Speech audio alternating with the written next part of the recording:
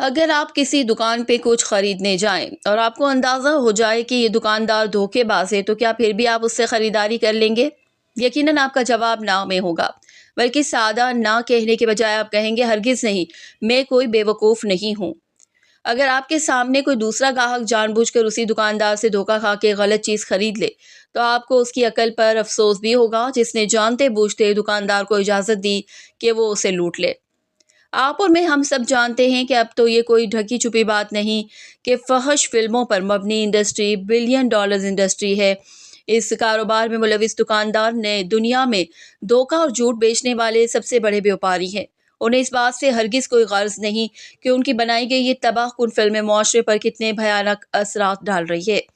ان فلموں کو دیکھ کر کتنے لوگ کم سن بچوں کی معصومیت اجاڑ دیتے ہیں، کتنے گھروں میں محرم رشتے ناپاک ہوس کی بھینٹ چڑھ جاتے ہیں اور ان سب اعداد و شمار سے ان کا کوئی لینا دینا نہیں، انہیں صرف اپنی جیب بھرنے سے غرض ہے۔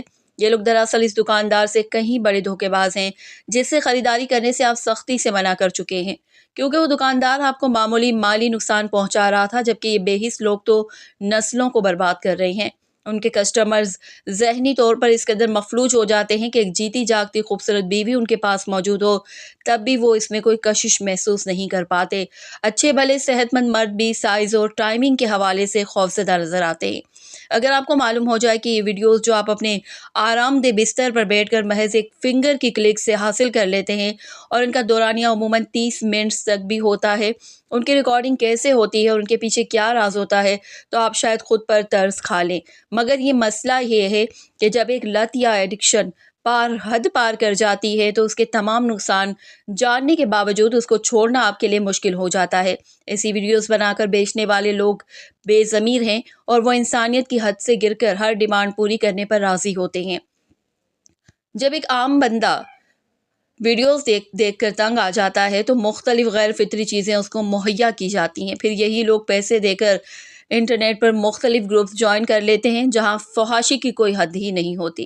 اس سے بھی آگے کی چیز ہے جہاں کم سن بچوں کو اغوا کر کے مال مویشیوں سے بھی بدتر طریقے سے گاہک کے سامنے پیش کیا جاتا ہے اور ذہنی مریض لوگ ان پر ظلم ہوتا دیکھنے کے لیے بھاری رقم خرچ کرتے ہیں۔ یہاں پہنچنے والے بندے نے بھی آغاز کسی سادہ ویڈیو کو دیکھنے سے ہی کیا ہوتا ہے۔ اب آپ خود غور کر لیں کہ جس انسان کو اشرف المخلوقات بنایا گیا تھا وہ اپنے مقام سے گر کر جانور سے بھی بدتر ہو جاتا ہے، کیونکہ یہ کام تو جانور بھی نہیں کرتے۔ کیونکہ ابھی وقت نکال کر تھوڑی بہت ریسرچ کریں کہ ایسی گندی ویڈیوز میں کس طرح ایک ہی شوٹ کو لمبا کر کے دکھایا جاتا ہے اور کیمرے کے کمال سے فحش اسٹیپ ویڈیوز میں کیے جاتے ہیں، سائز اور ٹائمنگ کا دھوکہ کیسے بیچا جاتا ہے۔ ایسے پورن سٹار جو پہلے اس انڈسٹری میں کام کر چکے تھے اب اس گندگی کو چھوڑ چکے ہیں، ان کی انٹرویوز دیکھیے، وہ آپ کو بتائیں گے کہ اس دلدل میں کیا ہو رہا ہے۔ اسے کوشش سے شاید آپ کے دل میں اس عادت سے نفرت کرنے کا امکان بڑھ جائے۔ بہت سے لوگ جب اس لت میں بری طرح پھنس جاتے ہیں تو وہ اپنے نفس کے ہاتھوں مجبور ہو جاتے ہیں، پھر وہ ایسے پلیٹ فارم استعمال کرتے ہیں جہاں ان کا پیسہ بھی ضائع ہوتا ہے اور صحت بھی۔ اس کے علاوہ وطن کی بدنامی الگ۔ آپ سوچیں آپ دنیا کے کسی دوسرے ملک میں جائیں اور وہاں ایک غیر ملکی آپ سے کہے کہ تمہارے ملک میں اتنے فیصد لوگ یہ گندگی دیکھتے ہیں اور تم اس کام میں دنیا میں ایک نمایاں درجے پر موجود ہو تو کتنی شرمندگی ہوتی ہوگی۔ بجائے سائنس اور ٹیکنالوجی میں ٹاپ 10 میں آنے کے ہم کہاں اور کس میں دوسری قوموں سے آگے بڑھے ہوئے ہیں۔ خدارا یہ فحش مواد اور ویب سائٹ دیکھنا بند کیجیے ورنہ ہم ایک حلال رشتہ ہوتے ہوئے بھی سکون سے محروم ہو جائیں گے۔ اس کے بد اثرات ہماری آنے والی نسلوں میں بھی پائے جائیں گے۔ میرے بھائیوں، یہ عادت چھوڑنا مشکل ضرور ہے لیکن ناممکن ہرگز نہیں ہے۔